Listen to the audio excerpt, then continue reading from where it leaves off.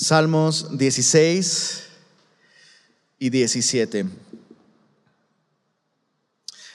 Padre Celestial, gracias por tu palabra.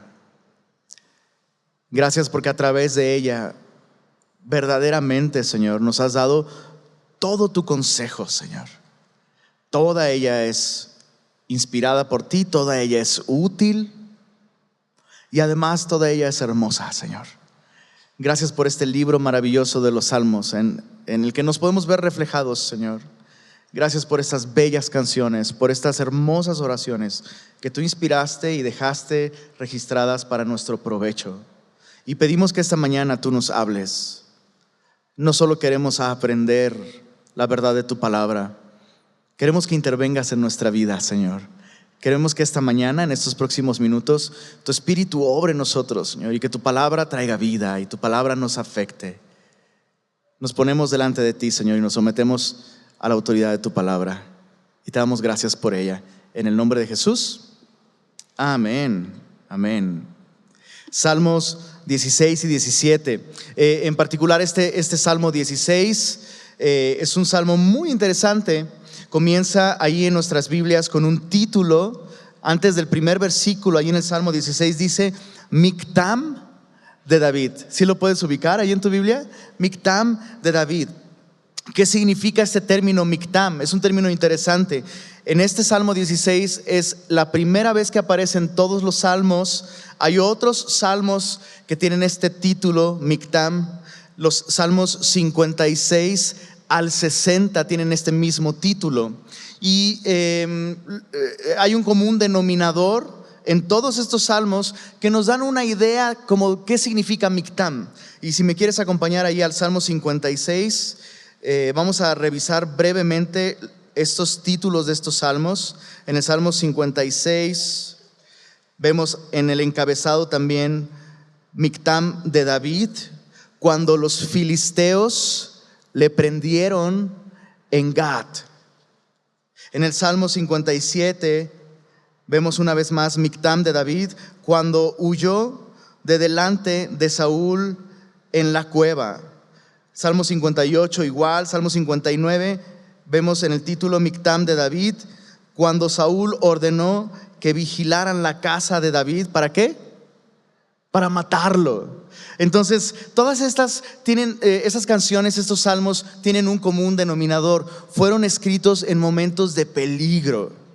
Y me encanta que David, este dulce cantor de Israel, nos enseña que en medio de la aflicción, en medio de la prueba, en medio de la tormenta, es posible enfocarnos en Dios, adorar a Dios y confiar en Dios. Y es maravilloso ver cómo estos momentos, o sea, los leemos como encabezados de lo que podría ser la peor noticia en el periódico de Jerusalén, ¿no? Imagínate, David, Salmo 56, ¿no? Cuando los filisteos lo levantaron, ¿no? Sí, el rey David sufrió levantón aquí en la Doctores, ¿no? Y la otra, ¿no? ¿Qué me dices de la otra? Sí, de cuando tuvimos que ir a la cueva, ¿no? Y la otra, cuando vigilaban mi casa para matarme. Pero ahora David convirtió todas esas experiencias dolorosas y difíciles en preciosas gemas, valiosas canciones que nos ayudan a ver la verdad detrás de las circunstancias. Y la palabra Mictam, algunos la han traducido como grabado en oro o tesoro oculto, y de entrada eso ya nos enseña algo práctico. En medio de la prueba, si yo decido adorar a Dios, Dios va a sacar a la luz tesoros ocultos de su gracia, de su verdad, de su persona, que no pueden verse a menos que uno atraviese esas aflicciones. Entonces tú decides si la prueba o la aflicción en la que te encuentras en este momento se va a volver esa triste canción o se va a volver ese tesoro oculto que sale a la luz y que brilla y le da gloria a Dios. David transformaba esas experiencias difíciles en tesoros que enriquecían su vida. ¿Cómo lo hacía? Confiando en Dios. Y así es como comienza este salmo. Mira el verso 1 del Salmo 16. Dice: guárdame, oh Dios, porque en ti he confiado. ¿Cuántos aquí confían en Dios? Ahora, es muy sencillo decir que tú y yo confiamos en Dios y podríamos tener distintos conceptos de qué significa confiar en Dios. ¿Cómo luce una persona que confía en Dios? David nos deja ver las características de aquel que confía en Dios. Los rasgos de la confianza en Dios son muy particulares, porque la confianza en Dios no es pasiva. A veces pensamos que confiar en Dios significa como, pues déjate llevar, ¿no?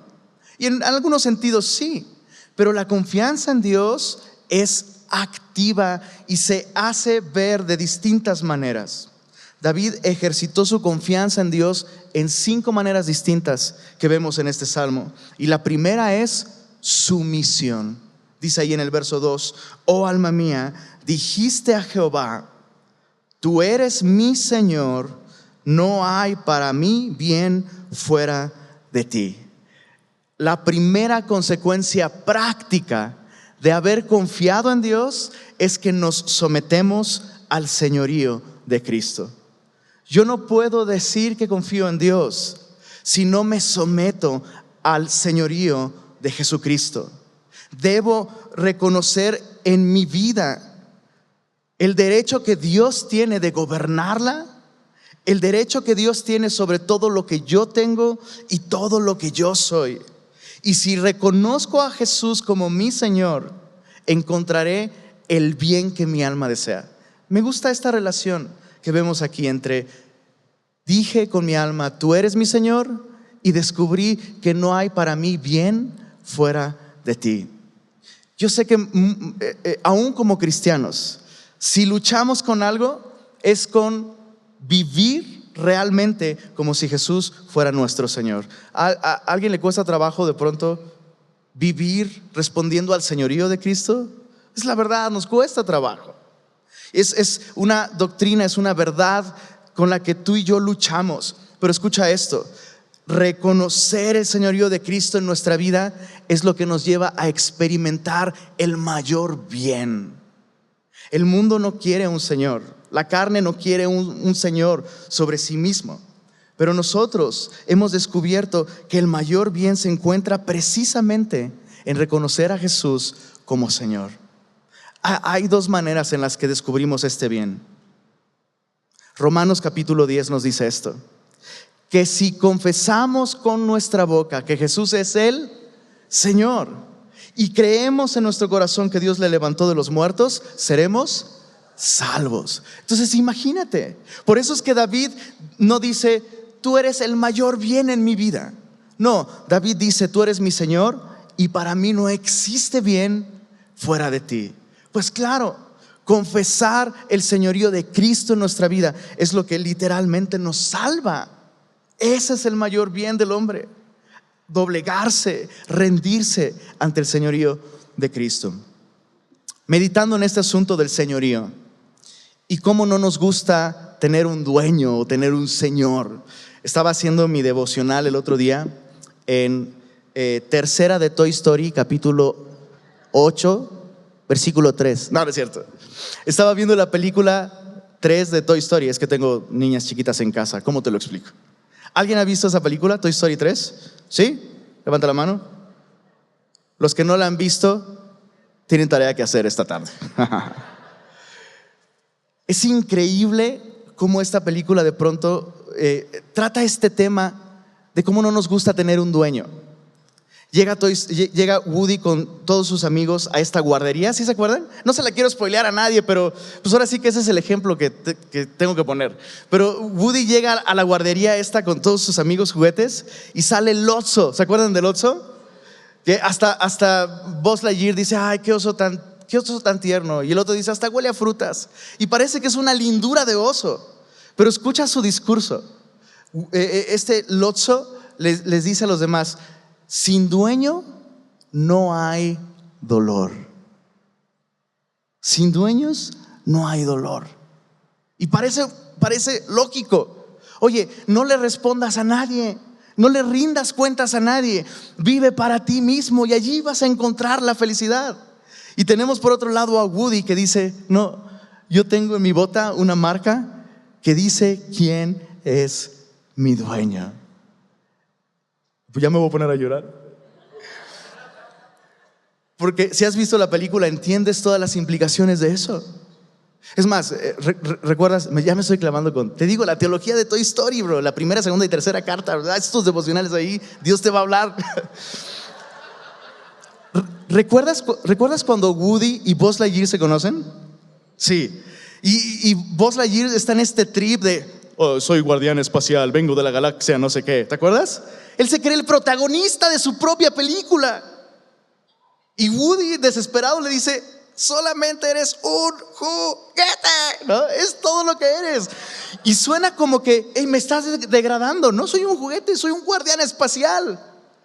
Pero cuando descubre la realidad, se da cuenta que todo eso era una fantasía nada más. Y cuando se entrega a la mano de su amo, esta cosa que solo es un juguete se vuelve mucho más que un guardián espacial. Te digo, bro, ya voy a llorar. Y si tú te has negado a darle tu vida a Cristo pensando que eres un guardián espacial, déjame decirte, si tú dejas que su mano te redima, si tú entregas tu vida en sus manos, serás mucho más de lo que jamás imaginaste, porque es en sus manos que cumplimos nuestro propósito. No hay bien para el hombre si no es entregándose al señorío de Cristo. David entendía esto y por eso él puede expresar su confianza en Dios y la expresa reconociendo el señorío de Dios en su vida. La segunda manera práctica en la que David ejercita su confianza en Dios la vemos en los versos 3 y 4. Comunión con los santos. Dice así: para los santos que están en la tierra y para los íntegros es, ¿qué dice allí? Toda mi complacencia. Se multiplicarán los dolores de aquellos que sirven diligentes a otro Dios. No ofreceré yo sus libaciones de sangre, ni en mis labios tomaré sus nombres. David era un hombre que sufrió muchas pruebas en distintos tiempos de su vida, y algo clave para que él se mantuviera glorificando a Dios fue tener comunión con la gente adecuada. Escogió bien a sus amigos, porque sabes, en un momento de prueba o de aflicción, déjame aclarar esto. Nosotros como creyentes debemos mostrarnos amistosos, amorosos con todas las personas, pero escoge con mucho cuidado a aquellos a quienes tú les permites influenciarte espiritualmente. Hay que tener cuidado. Es diferente tener amigos a tener comunión. Y David, en medio de las pruebas, se deleitaba con los santos, con aquellos que no adoran diligentes a otros dioses. En un momento de prueba, tener los amigos incorrectos puede llevarnos al peor tropiezo espiritual de nuestra vida.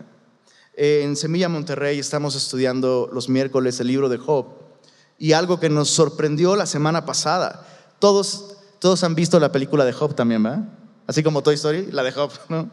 Nada más que esta es de terror. ¿Sí se acuerdan de Job? Es pobre Job. Es el libro que no quieres leer porque como la Biblia es viva y eficaz, no vaya siendo que algo así te pase. Job sufrió terribles cosas, y la Biblia nos deja ver que fue el diablo quien literalmente destruyó su vida.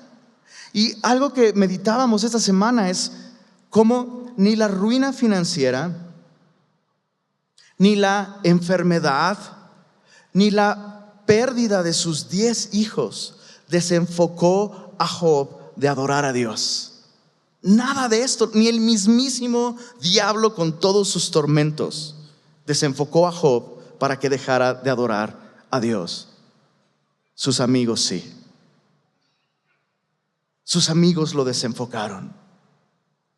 Y qué importante es entonces tú y yo cuestionarnos esto, examinarnos en este sentido. ¿Nos deleitamos con los santos?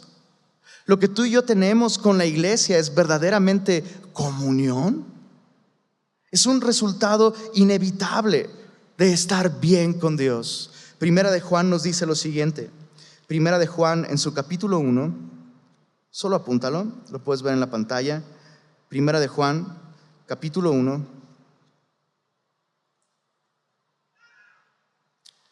Dice en los versos 6 y 7: si decimos que tenemos comunión con Él, es decir, con Dios, y andamos en tinieblas, mentimos y no practicamos la verdad. Pero si andamos en luz, como Él está en luz, tenemos comunión unos con otros, y la sangre de Jesucristo, su Hijo, nos limpia de todo pecado. Entonces, mira esta secuencia lógica. Si he confiado en Dios, le reconozco como mi Señor. Si le reconozco como mi Señor y confío en Él, también confiaré en los medios que Él ha escogido para bendecirme y fortalecerme en medio de la prueba. Y uno de esos medios es la iglesia. Es importante valorar este maravilloso regalo, la comunión con los santos. Para David era un deleite. Literalmente él dice: me complazco con ellos. ¿Te complaces en estos momentos? ¿Es para ti el domingo, en el momento en el que abrimos la Biblia juntos y adoramos juntos, es un momento de complacencia? Debería serlo, porque es en esos momentos cuando tú y yo también expresamos nuestra confianza en Dios. Pero si descuido esta comunión unos con otros, si descuido la comunión con los santos, es muy probable que no estoy confiando en Dios como debiera. Bueno, David se somete al señorío de Dios en su vida, tiene comunión con los santos, pero también depende de la soberanía de Dios. Esa es otra manera en la que David ejercía su confianza en Dios, dependiendo de la soberanía divina. Eso lo vemos en los versos 5 y 6. Mira lo que dice David: Jehová es la porción de mi herencia y de mi copa. Tú sustentas mi suerte. Las cuerdas me cayeron en lugares deleitosos, y es hermosa la heredad que me ha tocado.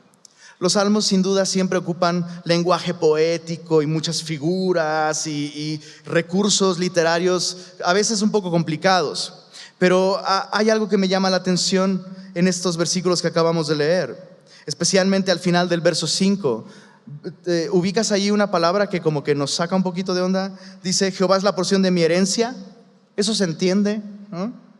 Y de mi copa, más o menos se entiende. Pero luego dice: ¿tú sustentas qué cosa? Mi suerte. ¿Alguna vez te has expresado de la siguiente manera? Híjole, qué mala suerte. Y de pronto hay un cristiano ahí a un lado y casi te da la bofetada, ¿no? ¡Pah! La suerte es del diablo, ¿no? Es casi, ¿no? O la suerte no existe. Pues tráetelo a este versículo la próxima vez y regrésale No, no es cierto. Salmo 16, verso 5 dice: tú sustentas mi suerte. Ahora, David está haciendo referencia específicamente a el momento en el que se asignó el territorio que iba a ocupar cada tribu de Israel. Literalmente, cuando el pueblo de Israel llegó a la tierra prometida, asignaron el territorio de cada tribu echando suertes. Y por eso la Biblia dice que la suerte se echa en el regazo, pero de Jehová es la decisión de ella. Entonces, aclaración antes de que te vayas con la idea equivocada: no estoy diciendo que tomes decisiones echando volados. Al fin, Jehová sustenta mi suerte, ya dijo que sí es bíblico, No. Ahora tenemos el Espíritu Santo que nos dirige y tenemos la totalidad de su consejo en la palabra escrita, la palabra de Dios. Pero en ese tiempo, ese tipo de cosas, la única manera de garantizar que le dabas a Dios la autoridad para decidir dónde, pues era echando suertes, ¿no? Entonces David lo que está diciendo es: tú estás en control de aquellas cosas que yo no controlo. Específicamente en el caso de David, él hace referencia a la heredad que le ha tocado. Y la heredad que le había tocado era mucho más que un pedazo de tierra. David estaba admitiendo que si él era israelita, es porque Dios le permitió nacer israelita. Si era un israelita de la tribu de Judá, es porque Dios le permitió ser de la tribu de Judá. Y aún más, todas estas cosas tenían un propósito. Dios había escogido a David para ser una figura anticipada del Rey de Reyes y Señor de Señores. Entonces, fíjate, ser de la tribu de Judá, estar vinculado con el linaje mesiánico, es precisamente una de las cosas que lo metió en problemas con el rey Saúl. Muchos de sus problemas venían del hecho de que Saúl tenía envidia de David, porque David era el nuevo rey escogido por Dios. Y viendo todo ese escenario y todas las consecuencias difíciles que resultaron de ser David, alguien de la tribu de Judá y del linaje mesiánico, David dice: lo que me ha tocado es hermoso. Y uno dice: ¿cómo puedes decir eso? Te ha ido horrible. Casi te clavan a la pared 2 veces. Has vivido huyendo, viviendo en cuevas. ¿Cómo puedes decir, David, es hermoso lo que me ha tocado? David puede decir eso porque reconoce que quien tiene control de su vida es Dios. Así que escucha esto. Si estás sufriendo consecuencias de malas decisiones que has tomado, consecuencias directas de tu pecado, aún así hay esperanza para ti. Dios te perdona, Dios te restaura, Dios hace nuevas todas las cosas. Pero si tú estás enfrentando situaciones difíciles, que son el resultado de cosas de las que tú no tienes el control, recuerda esto: todas las cosas nos ayudan a bien, a los que amamos a Dios, a los que hemos sido escogidos conforme a sus propósitos. Dios está en control. Y aquellas cosas que tú no controlas, pero te tocaron, puedes decir: es hermoso lo que me ha tocado. El ADN que tú tienes, la condición física con la que estás luchando y con la que naciste, la familia que te tocó, la ciudad donde vives, el tiempo en el que estás, en el que existes. Dios tiene un propósito para todas esas cosas. La vida no carece de sentido cuando Cristo es nuestro Señor. Así que mira cómo David expresa su confianza. Se somete, tiene comunión, depende de la soberanía de Dios, pero además pone atención al consejo de Dios. Versos 7 y 8 dicen: bendeciré a Jehová que me aconseja. Aún en las noches me enseña mi conciencia. A Jehová he puesto siempre delante de mí, porque está a mi diestra, no seré conmovido. David entiende que Dios no solamente es su Señor, también es su consejero. Y me encanta cómo David nos deja ver esta progresión. Primero Jehová lo aconseja, luego dice: aún en las noches me enseña mi conciencia. Esta palabra enseña es la palabra amonesta. Y escucha, esto es muy bello. David no solo está recibiendo el consejo de Dios, David lo está considerando. Medita en lo que Dios le dice y permite que el consejo de Dios le amoneste. Yo sé que pocas cosas le gustan más a los semillosos que aprender las verdades de la Biblia. ¿No es así? Nos encantan los estudios bíblicos, nos encanta aprender, ¿verdad que sí, semillosos? Perdón, es que en Monterrey como que ya son medios pentes y ya participan más, ya son hasta bien gritones. Estoy acostumbrado a eso ya casi, perdón. Pero yo sé que nos gusta aprender las verdades de la Biblia. Sin embargo, la Biblia no está solamente para enseñarme cosas. La Biblia es útil para enseñar, pero también para redarguir, para corregir, para instruir en justicia. Entonces es increíble esto que estamos haciendo. Pero David te diría: esta noche permite que el consejo de Dios te amoneste.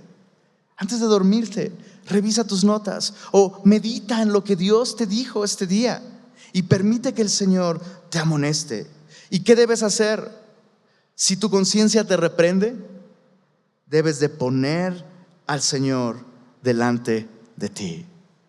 Al final de cuentas, ese es el objetivo del estudio bíblico: que tú y yo pongamos al Señor delante de nosotros.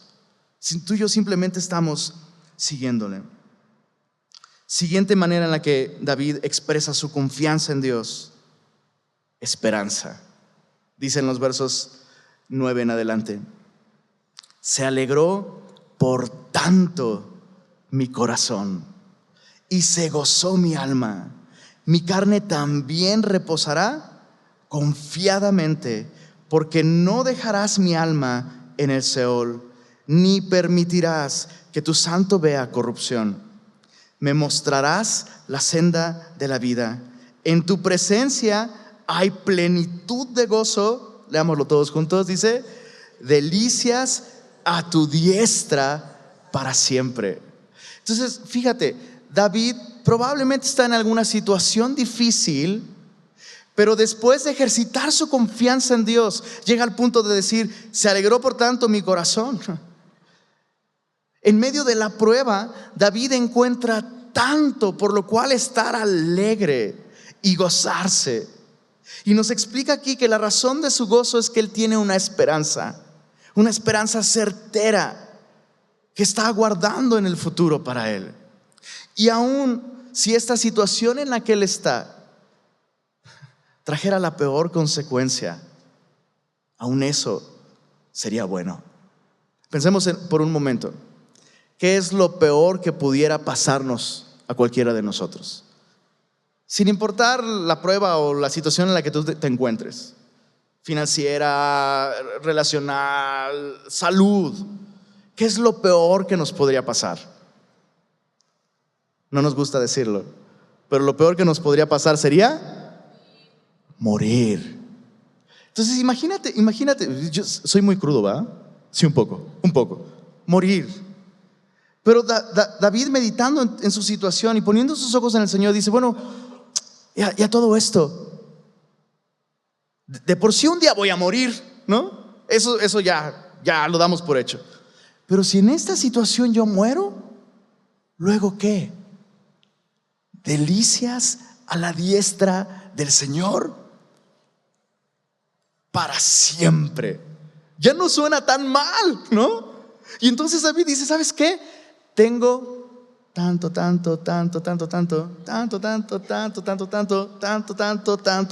para agradecer. ¿Se acuerdan de esa canción? Yo creo que David la inventó aquí.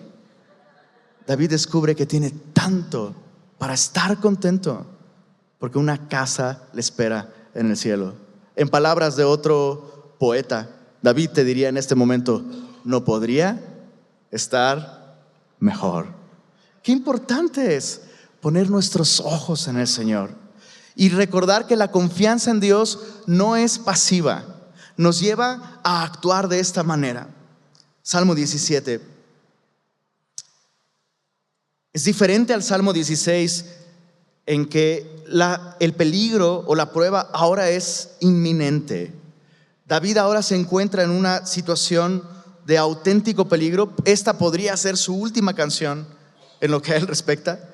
Y comienza el Salmo 17 diciendo: oración de David. Hay muchas palabras en hebreo que se pueden traducir como oración, pero esta palabra en particular es la palabra tepila, que significa intervenir. Y me gusta este concepto sobre la oración. La oración es el medio por el cual tú y yo permitimos que Dios intervenga en nuestra vida.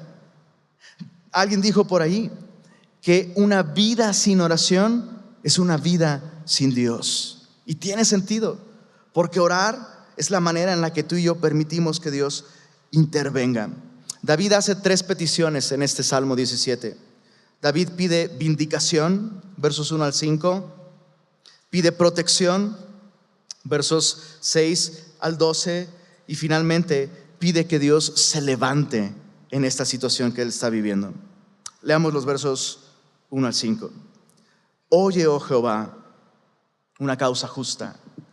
Está atento a mi clamor. Escucha mi oración, hecha de labios sin engaño. De tu presencia proceda mi vindicación. Vean tus ojos la rectitud. Ahora, ¿qué es vindicación? Vindicación es defender o exculpar a una persona injustamente acusada o atacada. En otras palabras, cuando alguien te ha acusado de algo que tú no hiciste o ha dicho cosas de ti que no son ciertas, lo que necesitas es vindicación. ¿Alguien necesita vindicación? ¿Alguna vez alguien ha necesitado vindicación? Vivimos en un mundo donde todo el tiempo suceden este tipo de cosas. Se nos acusa de cosas que no hemos hecho, se habla mal de nosotros. Y sabes, la Biblia es muy clara. Una pequeña llama puede encender un gran bosque. La murmuración, la calumnia pueden tener efectos devastadores en la vida de una persona. Bueno, David se encuentra en una situación así. El rey Saúl no solamente ha acusado a David de querer robarle el trono, otras personas han creído esa mentira. Y como un resultado de eso, David ha tenido que vivir huyendo. David ha tenido que vivir en cuevas. David está en peligro de muerte porque alguien lo está acusando de algo que no es verdad. Y mira la manera en la que David reacciona ante esto. David podría engancharse en una campaña para limpiar su nombre o desprestigiar al rey Saúl. Podría haberlo hecho, pero David no lo hace. David decide enfocarse en Dios, y cuando otros hablan de él, él decide hablar de otros con Dios. David decide orar. Sabes, hay gente que nunca se va a cansar de hablar mal de otros. Hay gente que no se va a cansar de hablar mal de ti. Eso no debería detener nuestra adoración. Eso no debería detener nuestra comunión con el Señor. No te desenfoques. Si estás atravesando una situación así, ocúpate de tu relación con Dios y deja que Dios se ocupe de tu reputación. David decide llevar el asunto a Dios. Pero además, mira esto. David deja que Dios pruebe su corazón. Hay frases que me llaman mucho la atención, cómo las usamos a veces muy a la ligera. Sobre todo cuando alguien te acusa de cosas que no has hecho. Una de las cosas que uno puede responder es: esa acusación es 100% falsa. Y la otra cosa que solemos decir es: Dios conoce mi corazón. ¿Cuántos han usado esa? ¿No? Que es como, pues ya nadie te puede decir nada, porque pues sí, yo no conozco tu corazón. La verdad es que solo Dios conoce tu corazón. Y de pronto lo usamos con tanta ligereza, ¿no? Dios conoce mi corazón, Dios conoce mi corazón. Y es como, espérame, eso debería de llevarnos a una actitud de humildad. O sea, lejos de relajarme, eso me pondría a meditar. Oye, esto es falso. Sí es falso, ¿verdad, Señor? O sea, al final, tú ves mi corazón. Y todas estas calumnias llevaron a David, mira esto, a rendirse ante el Señor y permitir que el Señor probara y examinara lo más profundo de su ser. Dice en el verso 3: tú has probado mi corazón, me has visitado de noche, me has puesto a prueba y nada inicuo hallaste. Lo mejor que podemos hacer cuando alguien habla mal de nosotros es pensar mal de nosotros.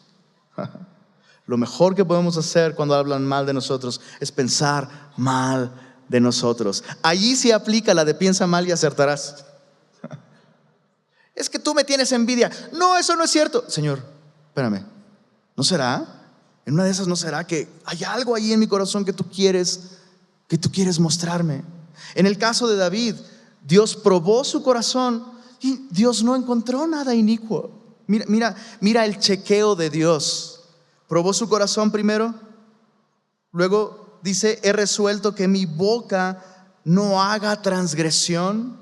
David no respondió a la calumnia con calumnia, así como Jesús no respondió con maldición a quienes lo maldecían, sino encomendó la causa al que juzga justamente. Si alguien se podía defender y tenía todo el derecho de decir: no hay ni siquiera nada inicuo en mi boca, sería Jesús. Y aún él encomendó la causa a Dios. Bueno, David, nada inicuo en su boca. Dice, en cuanto a las obras humanas, por la palabra de tus labios yo me he guardado de las sendas de los violentos. En otras palabras, hay maneras de resolver esto con capacidad humana, pero no, yo me he guardado, porque tu palabra me ha guiado a apartarme de la violencia. Y finalmente en el verso 5 vemos sus pies. Ya vimos su corazón, su boca, sus manos representando sus obras. Y luego sus pies, dice, sustenta mis pasos en tus caminos para que mis pies no resbalen. Mira esta inmensa humildad que tiene David. Tiene una humildad gigantesca. Siendo acusado falsamente, expone su corazón ante el Señor. Y dice, aunque no has hallado nada inicuo en mí, Señor, por favor, sustenta mis pasos. No estoy confiando en mi capacidad de mantenerme íntegro, Señor. Sostén mis pasos. La segunda petición que David hace, David pide protección. Versos 6 al 12. Dice, yo te he invocado, por cuanto tú me oirás, oh Dios. Inclina a mí tu oído, escucha mi palabra. Muestra tus maravillosas misericordias, tú que salvas a los que se refugian a tu diestra, de los que se levantan contra ellos. Versos 8 y 9 son claves. Dice, guárdame como a la niña de tus ojos, escóndeme bajo la sombra de tus alas, de la vista de los malos que me oprimen, de mis enemigos que buscan mi vida. Envueltos están con grosura, con su boca hablan arrogantemente, han cercado ahora nuestros pasos. ¿Ves cómo en esta ocasión el peligro es inminente? Lo han rodeado, lo han cercado, y dice, tienen puestos sus ojos para echarnos por tierra. Son como león que desea hacer presa, y como leoncillo que está en su escondite. David describe la situación como urgente. Lo han rodeado, el enemigo está en posición de ataque, listo para saltar sobre él y destruirlo. Y David, siendo un hombre de guerra, siendo un hombre que puede defenderse, que tiene tácticas militares, conoce el territorio por el que él se movía escondiéndose del rey Saúl, David decide no confiar en su propia prudencia y depender de Dios. Ahora, imagina a este hombre de guerra. O sea, es David, era chaparrito, chiquito, rubio, hermoso. La Biblia lo describe así, ¿no? Pero era un hombre de guerra. Ahora imagina a este hombre de guerra escribiendo esto. Verso 8, guárdame, ¿qué dice ahí? Como a la niña de tus ojos. Tengo un amigo que estuvo yendo a las cárceles a predicar el evangelio, y de pronto ves que hay algunos centros donde tienen una iglesia allá adentro, ¿no? Hay algunas prisiones donde hay grupos de creyentes y hay una iglesia allá adentro. Y de pronto ves a esta gente que en prisión conoció del Señor, o algunos tal vez ya le conocían, ¿no? Y pues algunos de ellos son gente fiera, es gente recia, dura, ¿no? Todos tatuados, todos, sí. Y de pronto él me cuenta de un momento en el que fue a un alcance así, fue a una iglesia así, y dice, vi a tantos hombres grandes, rudos, tatuados, llorando, y estaban cantando una canción que tenía esta misma letra: guárdame como a la niña de tus ojos. Entonces imagina el vato así de 3 metros llorando, guárdame como a la niña de tus ojos, ¿no? Es como, y dice, primero me dio risa, pero luego me dio ternura, porque este cuate le puede tirar los dientes a quien sea, pero está diciendo, ¿sabes qué, Señor? Guárdame tú, protégeme tú, Señor. Ahora, ¿conoces alguna canción así? Con esa letra, guárdame como a la niña de tus ojos. Te voy a echar a perder la canción. Literalmente el texto dice en hebreo, guárdame como al hombrecito de tus ojos. ¿Por qué esta expresión, el hombrecito de tus ojos? ¿Por qué? Vamos a hacer un ejercicio. Voltea con la persona que está al lado de ti y míralo a los ojos. Verás lo que soy. No, no es cierto. Mírala a los ojos y trata de ver qué reflejan los ojos. ¿A quién ves en esos ojos? Pues te ves a ti, pero en miniatura, ¿no? El hombrecito de los ojos. Ahora sí que mira el hombrecito de tus ojos, qué bonito está, ¿no? El hombrecito de tus ojos. ¿Qué es lo que está diciendo David? Que en medio de la prueba y del peligro, él no tiene sus ojos puestos en la situación, tiene sus ojos puestos en Dios, y allí ve su reflejo. ¡Qué increíble! David se refugia, se esconde en la mirada de Dios. Y David pide eso: guárdame como al hombrecito de tus ojos. Así que cámbiale la letra a la canción. En el mismo verso 8 pide protección también, pero de otra manera. Mira esto: escóndeme bajo la sombra de tus alas. Ahora, tú normalmente piensas no sé, las alas de un super querubín, ¿no? Pero David probablemente está pensando en lo que lo rodea a él en la naturaleza. Y de hecho, el mismo Señor Jesús en el Nuevo Testamento usa este lenguaje para referirse a la protección que Él puede dar. Jesús, llorando frente a Jerusalén, dice: Jerusalén, Jerusalén, cuántas veces quise juntarte bajo mis alas, así como la gallina junta sus polluelos, pero no quisiste. David está pensando en una gallina que protege a sus polluelos. Ahora, las gallinas son conocidas por todo menos por ser intimidantes criaturas y poderosos depredadores. Claro que no. De hecho, si alguien te ha dicho gallina, lo último que te sentiste es fuerte, poderoso o gigante, ¿no? No es un animal que represente fiereza.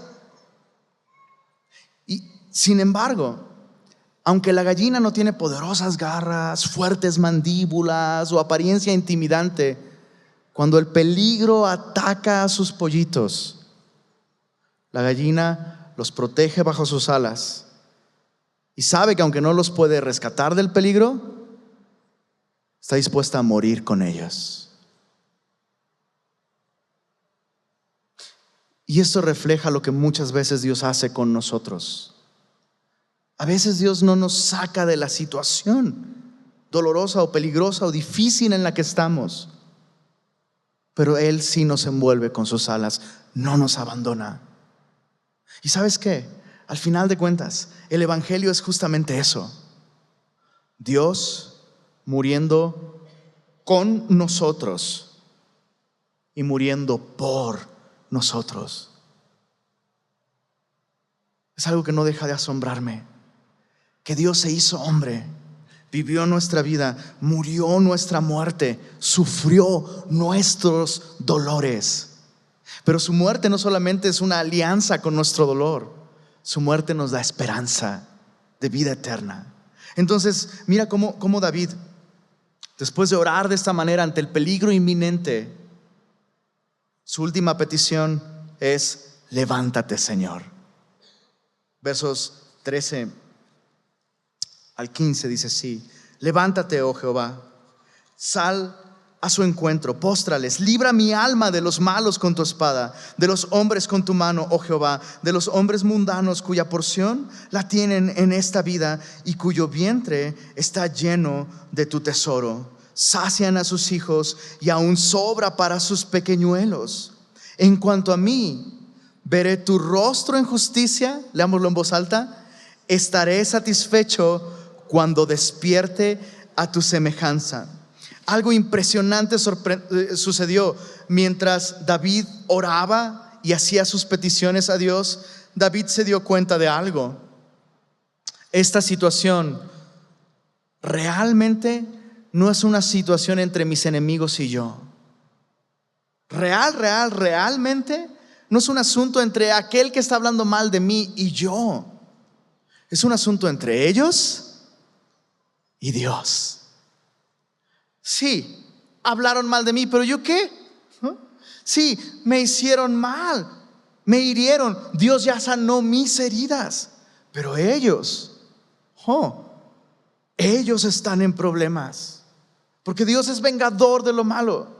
Dios ama la justicia, ama la verdad. Ellos están pecando contra Dios. Por eso es que David ora de esta manera: levántate, oh Jehová. Es exactamente la misma oración que hacía Moisés cuando el pueblo de Israel peregrinaba en el desierto, camino a la tierra prometida. Ellos enfrentaron muchos enemigos, y cada vez que enfrentaban la batalla, Moisés oraba de esta manera: levántate, oh Jehová, y sean esparcidos tus enemigos. Ahora, no significa que vas a orar así por aquellos que están hablando mal de ti, ¿no? No, simplemente es una perspectiva que David ha logrado obtener. Es un asunto entre ellos y tú. Y David dice: estaré satisfecho. Fíjate cómo no es un asunto de venganza. David no es que odia a estas personas, para nada. David dice: en cuanto a mí, veré tu rostro en justicia y estaré satisfecho, no cuando este problema acabe, no cuando esta persona deje de hablar mal de mí, no cuando esta enfermedad sane. No, estaré satisfecho cuando despierte a tu semejanza. O sea, al final de cuentas, David dice: bueno, ¿y qué si yo estuviera en mi palacio? ¿Allí estaría verdaderamente mi satisfacción? ¿Y qué si ya nadie me persigue? ¿Realmente allí estaría mi satisfacción? No, aún viviría insatisfecho, porque mi máximo deseo es un día ver a mi Dios cara a cara. Mira lo que David dice aquí: estaré satisfecho cuando despierte a tu semejanza. David tiene la esperanza de la resurrección. David anhela el momento en el que él pueda ver con sus propios ojos a su Creador. David anhela el día en el que el hombrecito de los ojos de Dios se parezca a Dios. Dijo el comentarista Warren Wiersbe: cuando Jesús es nuestro Señor, el futuro es nuestro amigo. Entonces, otra vez, David dice: hey, Dios se va a encargar de esto, y si yo muero, voy a ver al Señor, y voy a verlo en justicia. Seré semejante a Él. Perspectiva. Grandes lecciones en los capítulos de hoy, ¿verdad? La confianza en Dios no es pasiva. Nos lleva activamente a someternos al señorío de Dios en nuestra vida, a tener comunión unos con otros, a depender de la soberanía, a poner atención a su consejo, a tener esperanza, la esperanza puesta en donde debe de estar, en la segunda venida de Jesús, nuestro encuentro con Él. Y finalmente, la oración cambia nuestra perspectiva de las situaciones, porque permitimos que Dios intervenga en nuestra situación. ¿Por qué no ponemos en práctica esto y oramos? Oramos. Y antes de orar, si tú nunca has dado este primer paso de reconocer al Señor Jesucristo en tu vida, recuerda, no vas a encontrar ningún bien fuera de Jesús. El primer paso para que tú puedas disfrutar de esta paz con Dios, de esta perspectiva, de esta esperanza eterna, es confesar con tu boca que Jesús es el Señor. Así que si tú vienes por primera vez aquí, o no es la primera vez que estás aquí con nosotros, pero nunca le has entregado tu vida a Cristo, yo quisiera recordarte: Cristo te ama, entregó su vida por ti en la cruz. Que tú le entregues tu vida a Jesús no significa perderla, significa encontrarla, encontrar el propósito por el cual vives. Jesús te ama, y Jesús entregó su sangre en la cruz para borrar todos tus pecados y resolver tu problema más grande: reconciliarte con Dios. Así que si tú quisieras el día de hoy entregarle tu vida a Cristo, por favor indícamelo levantando tu mano. Me gustaría saber si hay alguien el día de hoy que quisiera entregarle su vida a Jesús. Veo sus manos, que Dios les bendiga. Veo sus manos, que Dios te bendiga. Veo tu mano, veo su mano. Muchas gracias. Veo su mano, veo su mano. ¿Por qué no les damos un aplauso a estas personitas? Gracias a Dios. Así que tú que levantaste tu mano, todos inclinamos nuestro rostro. Tú que levantaste tu mano, déjame guiarte en una oración para que tú le entregues tu vida a Jesús. Señor Jesús, reconozco que he pecado y que mi más grande problema es que no he vivido para ti, he vivido para mí. Hoy me arrepiento de todos mis pecados y te recibo como mi Salvador, pero también como mi Señor. Toma mi vida, Señor, es tuya. Y gracias por haber muerto en esa cruz en mi lugar, pero también gracias por haber resucitado de los muertos al tercer día, para darme la esperanza de la resurrección y de la vida eterna a tu lado. Amén.